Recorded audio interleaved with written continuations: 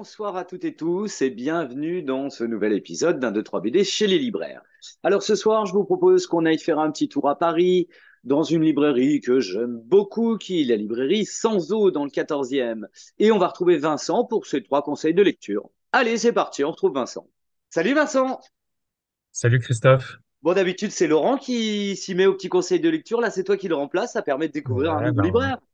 change un peu. Alors, dis-moi, quel est le premier conseil de lecture? Alors, je suis parti sur OK, qui est un titre que j'ai vraiment beaucoup apprécié. C'est le label 79. Ouais, J'aime excellent label, beaucoup. ça. Ils font plein de choses bien. Et Ouais, c'est vrai que ce bouquin-là, superbe. ouais, même graphiquement, on est vraiment dans ce qu'a l'habitude de faire la maison. C'est un peu pop, un peu comics à la française, on est entre les deux. Et donc, ça parle, c'est un western. Euh, on est plutôt du côté obscur. On est pas avec les cowboys cette fois, on est avec les Indiens. Mhm. On va suivre un trio vengeur qui est en quête d'un individu et qui, d'après les rumeurs, ravage les villes par lesquelles ils passent. Donc voilà, on va suivre ces gens-là. En chemin, ils vont adopter un jeune Amérindien qui a été élevé dans des réserves par des catholiques. Et donc lui, il est vraiment empreint de cette culture-là, totalement néo-américaine. Il a envie de devenir médecin. Mais adopté par ces Indiens bandits de grand chemin, il va découvrir une nouvelle culture. Ils vont essayer de lui réinculquer toutes les valeurs traditionnelles aux Indiens d'Amérique. Et donc, un beau voyage, une belle épopée, mais c'est pas naïf du tout. On reste vraiment dans les principes du western avec tout ce qu'il y a, les armes à feu, les combats et autres. Ouais, Donc, ouais, c'est. Moi, j'ai adoré. C'est vrai que ça a eu beaucoup de succès, hein.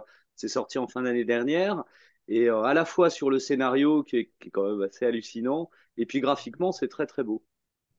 oui, moi, il y a plein de couleurs, c'est Ouais, bien géré. super découpage. Non, non, vraiment, très bon choix pour ce premier album. Alors, un petit deuxième. Un petit deuxième. Alors, j'ai choisi Sclava. Sclava, dont le tome 2 qui va bientôt sortir, fin août, donc pour la rentrée. L'auteur, là, nous emmène en URSS. En fait, c'est post-soviétique, l'URSS vient de se terminer et le pays est vraiment en proie au capitalisme, à tous les nouveaux investisseurs, etc. Ça chamboule totalement la façon de vivre.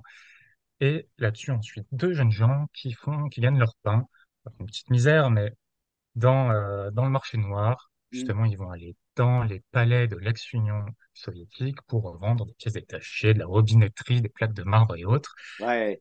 Et voilà. Ils vont être réquisitionnés pour porter secours à un village dont toute l'usine a été rachetée par un grand mania. Est-ce que leurs petites techniques de commerçants de bas étage vont servir à sauver le village ou pas?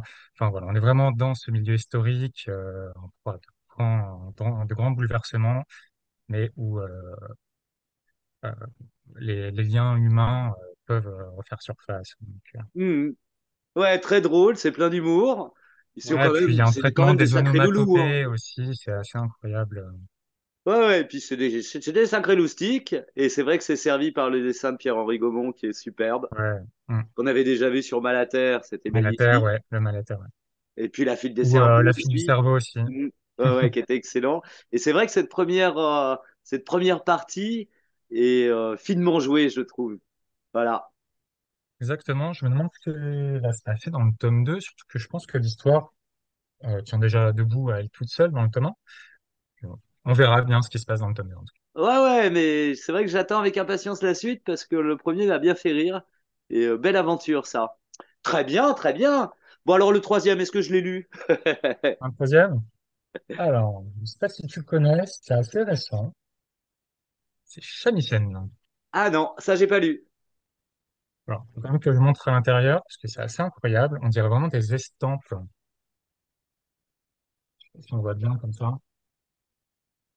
Ok. Voilà, il y a vraiment un style graphique estampe. Et alors, c'est une histoire assez atypique. Ça se lit pas comme n'importe quelle BD, puisque c'est plutôt une poésie, en fait. C'est un conte. traditionnelle. On est en pleine époque Edo du Japon. Et on va suivre cette jeune femme qui joue du shamisen, donc un peu vraiment l'instrument très traditionnel du Japon, euh, aveugle, qui voue sa vie à cet instrument et qui va se balader au gré des saisons, au gré des années, au gré des régions du Japon, et qui va questionner un peu tout le monde sur le sens de la vie, sur le rôle de chacun.